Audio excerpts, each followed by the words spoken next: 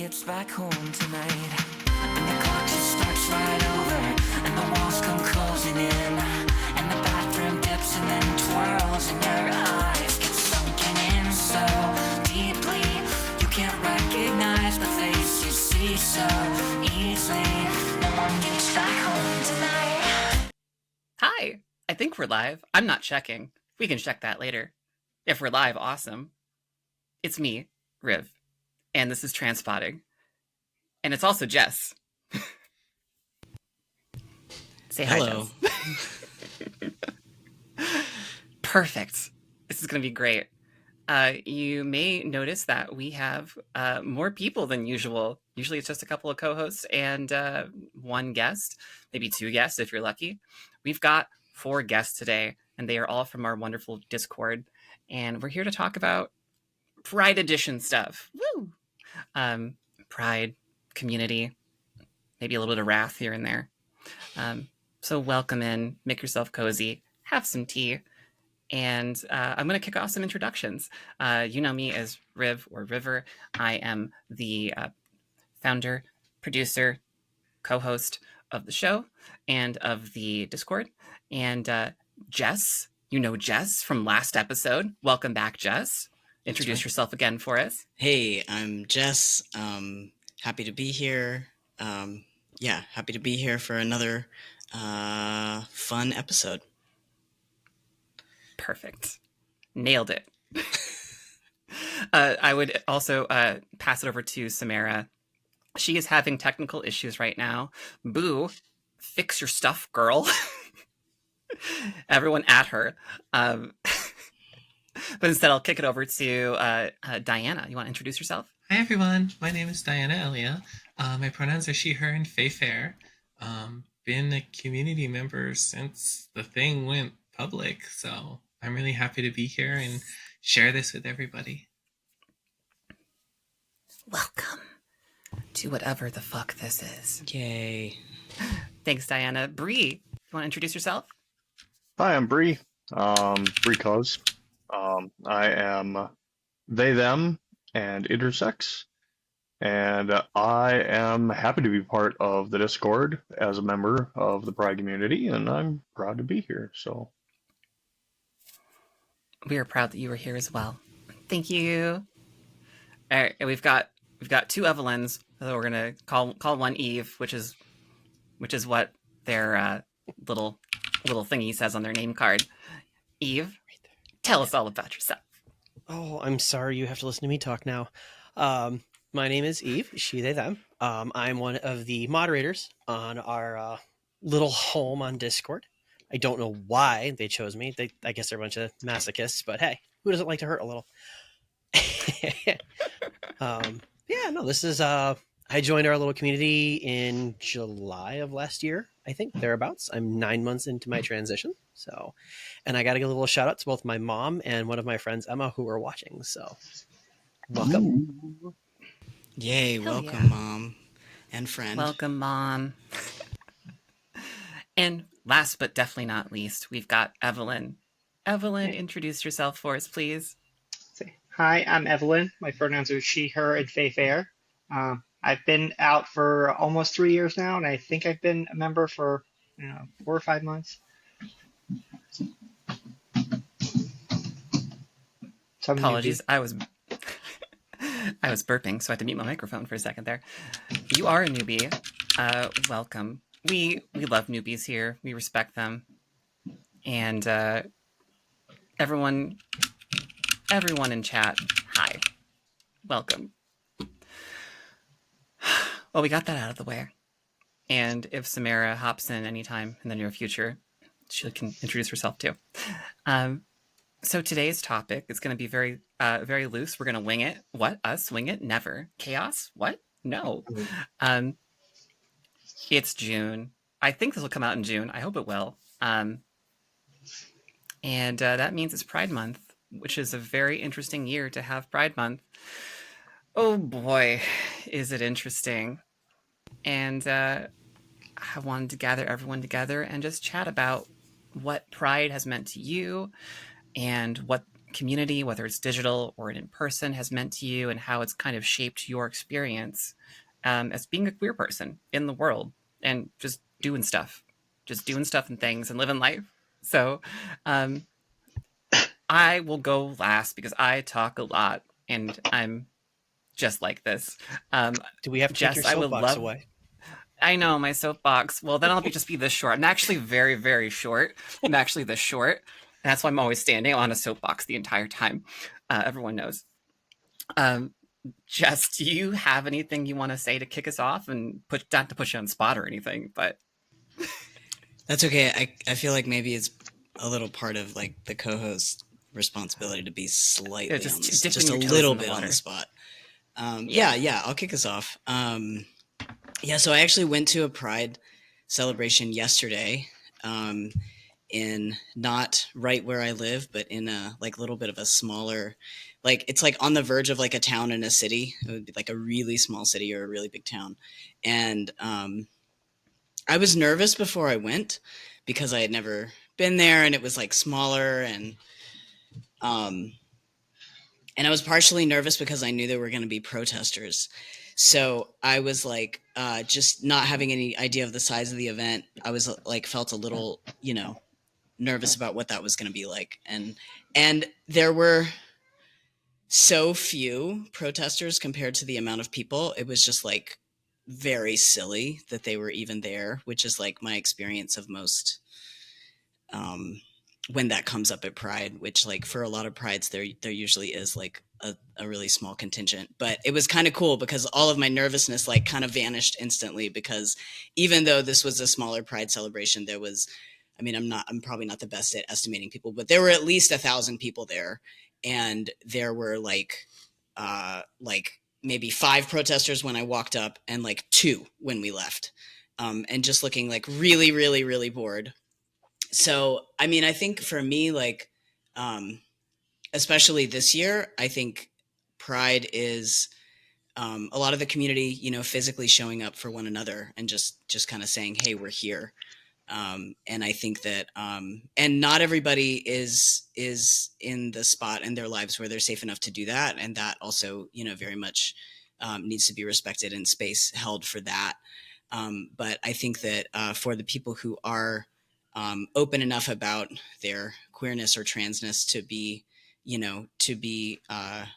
able to go to an event and willing to go to an event, I think that's really what it's about, because again, that kind of that sense that I got where it was like I kind of needed that reminder of like, even though I was going to a smaller town in a situation where I thought might have been a little sketchier, there was still like the queer community so far outnumbered any resistance to that, that it was like a really great reminder of like, oh right, and this is why we come out, to kind of to also remember this and to also like stand for this and be here together. So, and it looks like Samara joined. Hi. I think I joined. Yeah. You did. Yeah, you're definitely here. I think we're all like group hallucinating that you're here, though. Are you actually here? I'm here. Can you hear me? Here. I can hear Yes. you. Yep. Yeah. Yay! Awesome. Sorry for being late, everybody. Huzzah. It's okay. We'll just take it out of your pay later. Amazing. No, Samara gets paid. No, I'm just kidding. And we don't make enough money for me to pay you. I'm sorry. We make enough money to sustain the podcast tools, and that's it. So, hey, everyone, if you want to pay Jess and Samara, you should subscribe to our Patreon. It is patreon.com/transpotting with 2 S's. $5 a month, support trans creators, and then maybe I'll get to pay them. We have stickers. We have stickers. And coffee mugs. Mugs. Stickers and coffee mugs. Hey, Samara, now that you're here, we all went around and introduced ourselves. Do you mind introducing yourself? Absolutely. So, hey, everybody. Most of you already know me, and even the people watching. Hi, I'm Samara. I'm a consistent person that's here helping with the co-hosting and helping keeping things organized and running smoothly, hopefully, except for when things break for me. It's it's kind of how it goes. It's Beautiful. great. Wonderful introduction. Love it. Yeah. We've got 7 total people. That's the most we've ever had on stream before. That's freaking great. Samara, we were just talking about pride and community and what one or the other means to you and your experiences with it and how it's maybe shaped your experience as a trans person, as a queer person, moving through life and the world and things. And I have volunteered to go last because I'm just that sweet. And Jess, as a co-host, volunteered to go first. Do you want to go next as a co-host to set the tone for everyone else? On the spot. So you want me to, just kind of roll in here and just be like, okay, here I am before my internet craps out. Is that what we're going with here today? I would like to get content from you before your internet takes a shit. Yes, I would love that.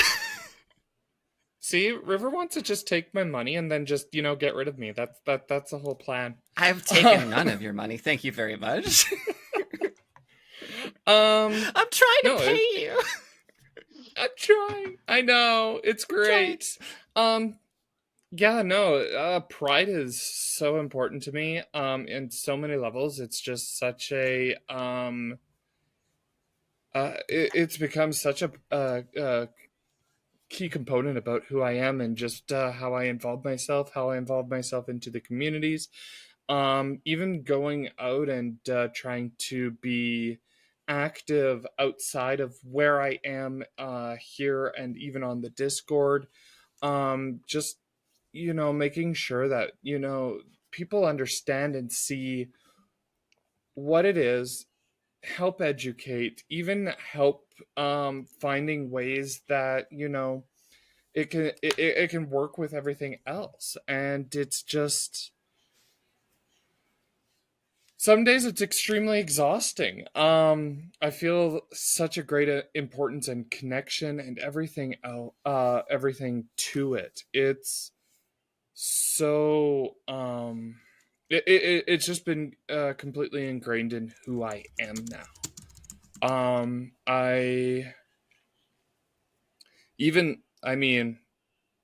Touching a little bit in base here, it started going into seeping into work life, into personal life, into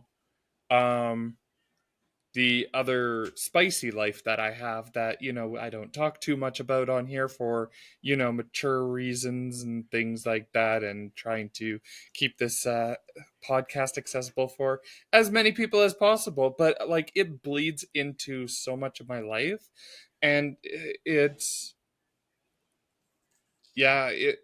it has also encouraged me to almost reanalyze the kind of connections, the kind of conversations, the kind of people I interact with to a point. And it's always the interesting reminder of, coming around to June every year of it being Pride Month. And it's so hard because of Pride for me is a literal everyday thing for me. So, you asked me what pride means to me. Pride, it means so very much and is ingrained so much into my life, and it's the world to me. It really is. And I just went on a huge tangent, and it was absolutely fun, and I loved it, and thank you for giving me the space to do it. It could have been a longer tangent. You've had longer ones. It's fine. I think it was great. You're doing great. Supporting from over here. Did anything that Samara and Jess talked about give anyone any ideas of what they want to talk about? Does that resonate with anyone? That's the word, resonate. I can piggyback off of that. Yes. I work in manufacturing, which is I work in a jet engine manufacturer, very hyper masculinized. And in those worlds, you have a lot of those old school mentalities, very much the standard binary. So being in that environment is inherently challenging. I don't want to say stigmatizing. It's gotten better. I've gotten lucky with the group of people I work with. And so being who I've chosen to become, to be more myself, more authentic, and all of that. And as Samara said, living that every single day, I'm becoming the thing that pushes those boundaries. And my being out there has helped people I know at work as well, even though they haven't come out per se. They've come out to me and said, thank you for doing what you're doing. What you're showing and what you're willing to put yourself through is doing more for me than I can say. And that's huge. Just being that for other people, even passively. And that's something I've discovered quite quickly, especially given the current political environment here in the States. So. Yay, political environments.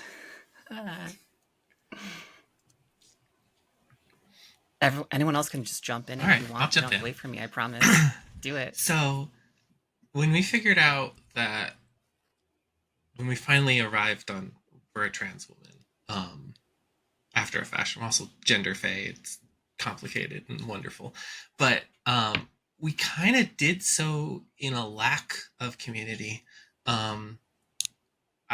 For whatever reason, our psyche did not latch on to trans feminine spaces.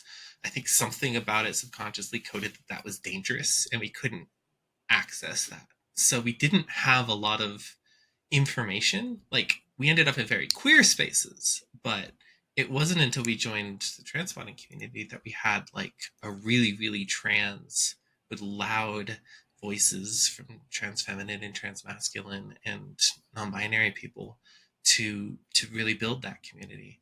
So when we figured out who we were, it was just okay, this is what it is. We start the transition, project manage it. And it just get loud. We're just this is who we are. We're not going to hide it. We're coming out. We're posting it. Got it all laid out. And yes, it was very, very scary, and I'm oversimplifying it. But what ended up happening is you just end up in those spaces, in those DEI spaces at work, and just being a voice where other people are I started to think about these things because I saw you. It's oh, really? I was just existing. And then there's this dichotomy between you start to feel this responsibility. And I think we see it a lot in newer trans people coming out where they're I have to get really, really loud about this because of a pre-defense of who I am. And also to make sure that everyone else knows I'm here and I can help my community. And there's a lot of overburdening of responsibility that we all put on ourselves to try to blast this as loud as we can. So I think that, the other side of community is also tending to ourselves and to each other and making sure that we're taking the times when things are tough right now to talk to one another, to be the shoulder to lean on and cry on. And the most important one, to ask for a shoulder when we ourselves need it. I love that. And that's so true. Being burdened with glorious purpose thrust upon us, right? Explaining all of the things to everyone of how things work is just and over and over and over again without realizing this was going to be a thing that we're going to be having to do throughout our entire lives. But that's the thing that changes people's minds. That education is so important and so lacking elsewhere because nobody changes anybody's mind by yelling on the internet. But I've gotten people to have huge aha moments just sitting across a dinner table, just having a conversation over coffee. Yeah. I guess what I'm saying is it's a double-edged sword. Yeah. You really, you want to be the change that you want to see in the world, but at the same time, you've got to protect your peace and you've got to make sure that you are getting what you need before you are putting yourself out there to make those changes. But yeah, it's important. I mean, being visible especially during Pride, but during the entire fucking year, super important to help some other folks who don't quite get it maybe get it a little bit better. And I think you just hit it right there, is being visible during Pride, albeit for the rest of the year, because it is sometimes a little bit hard during Pride to be visible because there is so much visibility. And I mean, there's almost a sense of oversaturation of, you know, everything going on, the corporations, the pride parades, the everybody, you know, being on social media, being posting, that it can feel like there is almost an overwhelming amount, that there, it doesn't always feel like there's a space for us as well. There is. I'm just saying it can feel that way. Yeah, I definitely agree with that. One of the things that I noticed at the Pride celebration that I went to yesterday that was different was that there wasn't a bunch of corporate sponsors. There were a few, but again, this was a much smaller town celebration. There were a lot of churches, and it was like the first time that I have seen that many churches. It was almost like a little excessive in a way of like, it was almost like, okay, like, I know y'all need members, but like, really, like 12 churches at this, you know, it was like a lot, you know, and it was kind of like I was expecting more of like the Unitarian Universalist. Like there's like certain kind of denominations that I expect to see there, but it was an interesting kind of flip.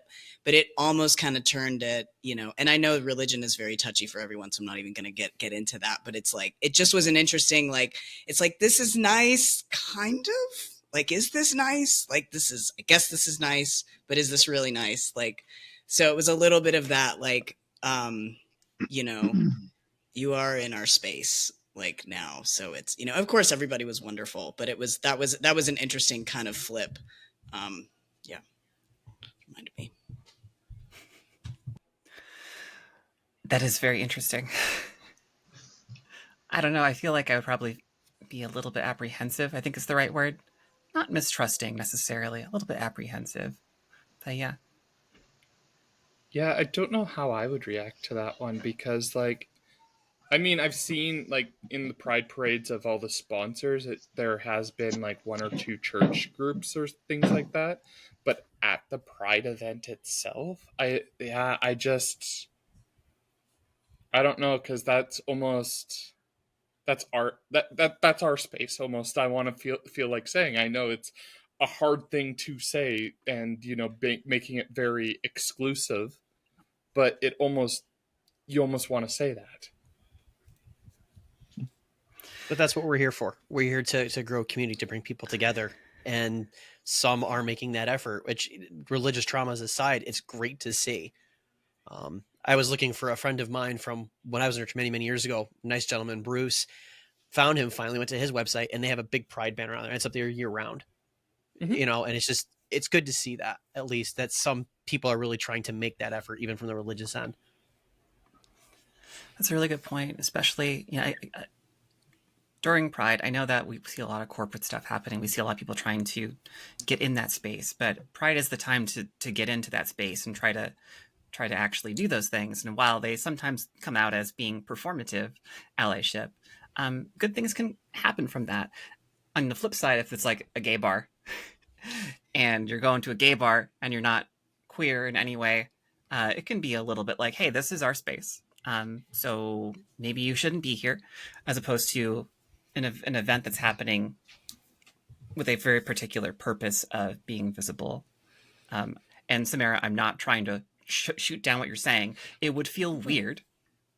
But yeah, I think there's a very great community building aspect to it that I hope maintains positivity in that space when they are there. Oh, absolutely. And I don't take either of these as shooting down my point. It's more the fact of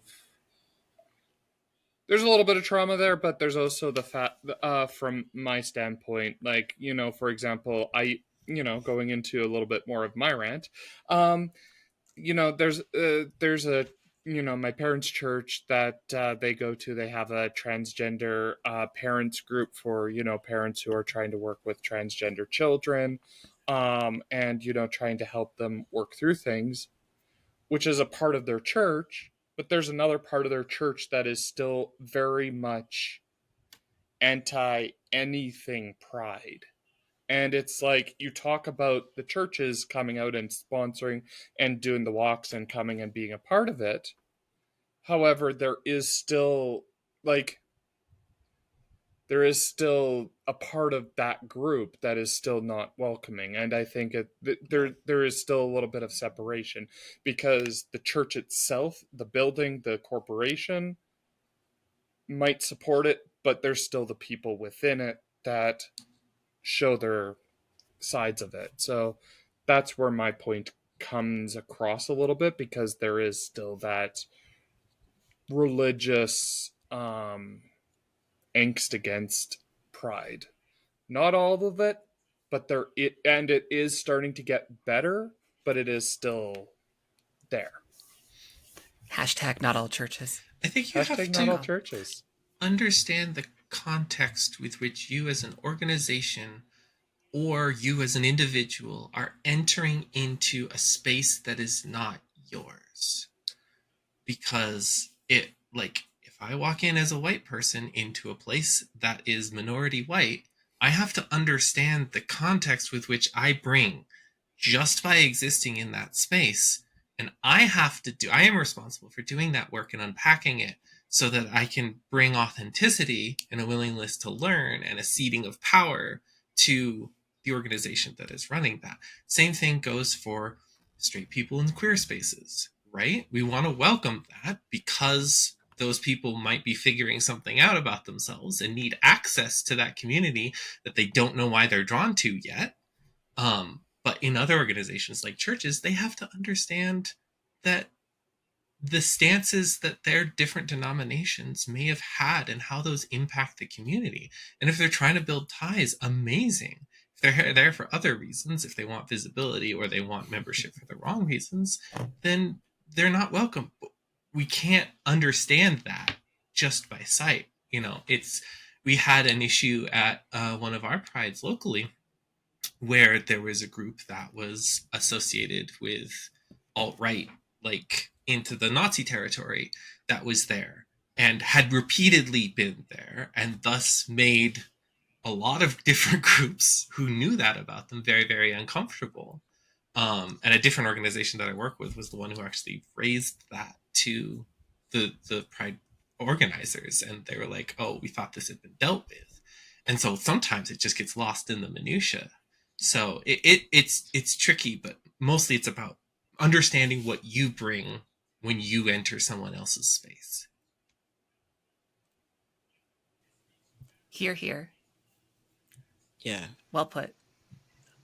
solid points. Yeah, I like what you said before, Riv, about performative pride, because no corporation would take 1 month a year to put rainbows on all their stuff and then sell it to us. No, they would never do that. No, never. No one does that.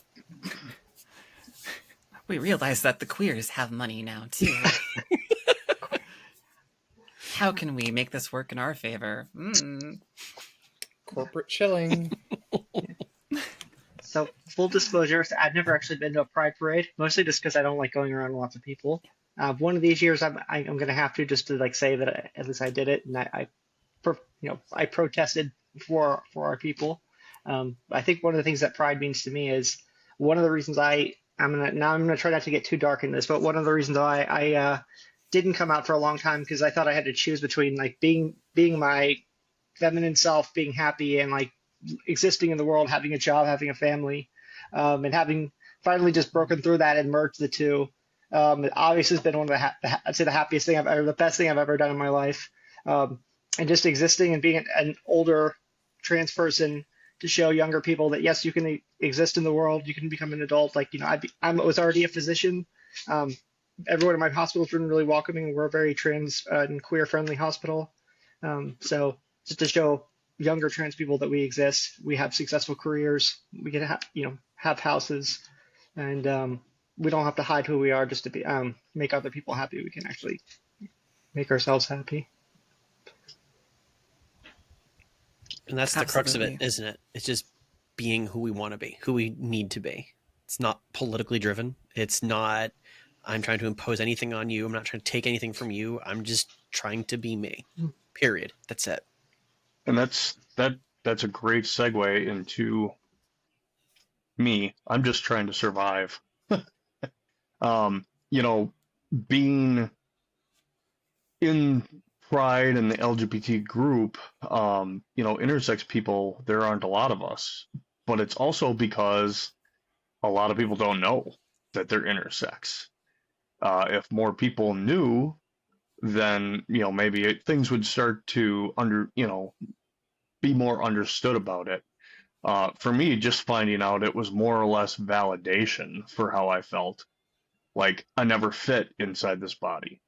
I never, like, this body isn't who I am on the inside. And to find out that I'm actually female, you know, chromosomally and genetically, but with male on the outside was a huge sigh of relief, going, okay, thank God. At least now I know why I feel the way that I feel. And now, you know, transitioning to something more trans feminine and things like that, I feel a lot more happy as a person. You know, it was very dark for a while because I didn't know what was going on. But now I know what's going on. Now I can see that light at the end of the tunnel. So I know where to go. And being part of Pride is how I found out maybe I should get tested. You know, I saw an intersex person speaking at a Pride festival, and I'm like, I'm totally going to check it out. Scheduled a physical for, you know, 2 months later, and I found out. It was validation, but I would not have known that had Pride not existed, had there not been a Pride, had there not been an intersex person at the Pride that was welcome there. I'm so happy That's really for you. cool. That's really incredible. Yay. Can we get a show of hands and/or people talking of how many folks have been to, like, and have been physically to a Pride kind of gathering of some kind? Huzzah! Huzzah. You'd It's have to drag me huzzah. kicking and screaming. Why is that? Can I ask you? Push you on the spot. Why is that? Two things. One, I've never been a fan of parades in general, going to events like that. But the other part is it's just straight up anxiety. Valid. Yeah, I think So so. I've Especially been with to- protesters. Go ahead. I'd say, so especially with like at least the fear of the protesters. I mean, usually they're probably few and far between, but just like that fear of something can happen. So for So- me, it's not a fear of protesting. It goes into the anxiety that Eve had, but it's the peopling part of it. You know, my very first time that I ever went to a transgender association, you know, Trans Day of Visibility, I was there and out in 10 minutes tops.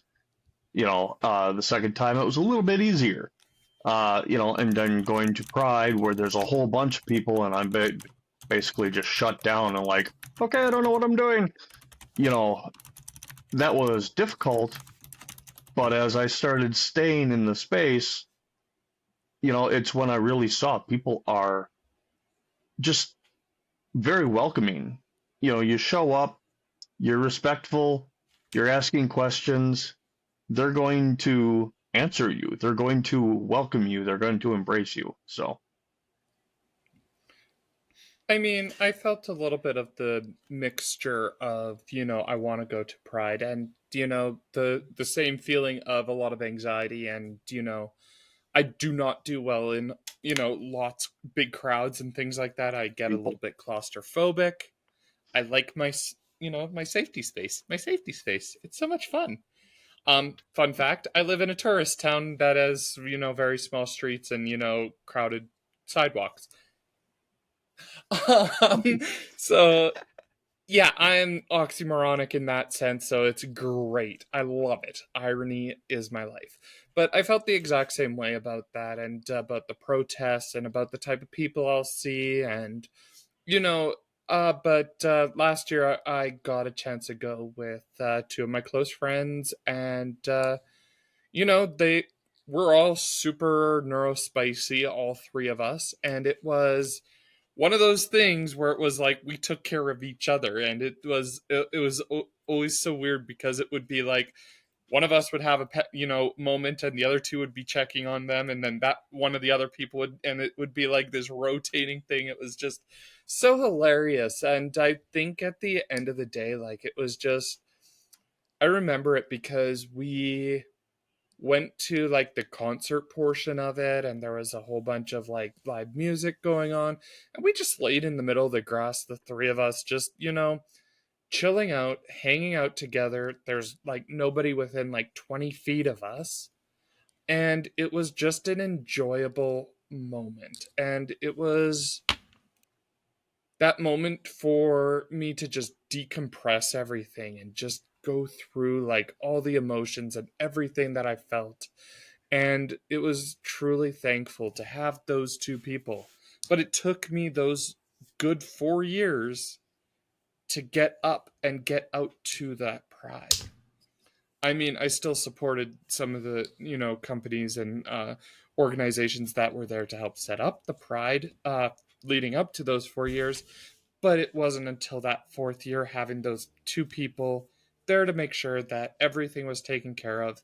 And I mean, it was also very interesting to hear about the like, I went to Calgary Pride, so a big city pride. And it was interesting to hear that, number one, I don't know if anybody understands this, but the Conservative Party of Alberta, none of their members, none of their people are invited to Calgary Pride.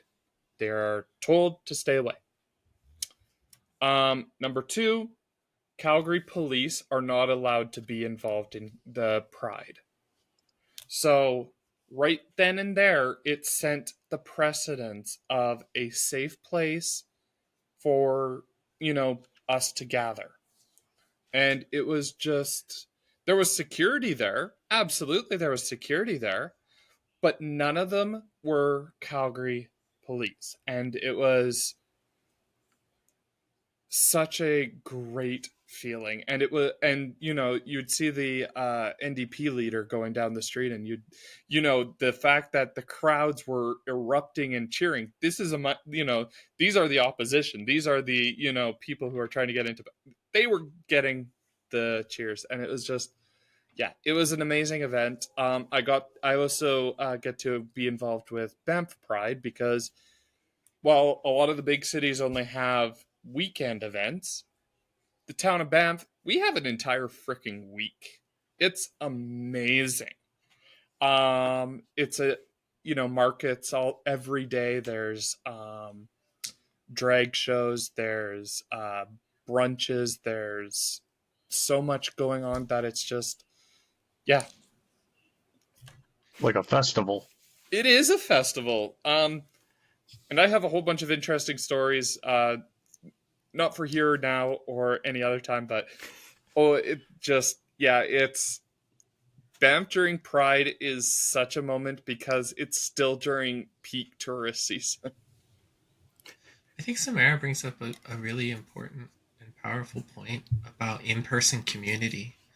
I'm a weirdo. I'm just like, okay, I'm trans. I'm going to Pride. That's what you do. Like, didn't even register. But I was just like, I'm going. I'm gonna find any of my queer friends that I know and see if they want to go. But even if no one's going, I'm still going. But I was able to provide my best friend Trinity's first time going to Pride. I was able to provide my wife's first time going to Pride because I had already gone. I kind of knew all the lay of the land, and we could support each other because, like, we're a disabled household, and so we're all just swapping off mobility aids and figuring out a way to, like, make it accessible, because accessibility is a difficult thing in a park, right? but to have the support of people that you know. And it's tough because we get so very online because it's the easiest way to find one another and to come together in these groups and then constantly opine the fact that we are all hundreds of miles away from each other. And you don't start to build that in-person community until you start to find it in places like Pride. So it's like this kind of feedback loop that once you get it started, it really gets rolling. But it can be totally nerve-wracking to go out there for your first time and not understand what you're walking into and not know if you're going to be safe and supported. And now I just use it as a time to like explore and be like, okay, what's the sluttiest thing I can get away with wearing? Like, let's go. I'm going to put something from the chat on screen here just to kind of drive a couple of things to drive that point home. And KDD, yep, if this is your first time being in the chat on the stream, I'm sorry, you're going to have your stuff put on the stream. Had fun at Pride, but ended up having a massive panic attack because of the crowd and loud music. Yes, me too.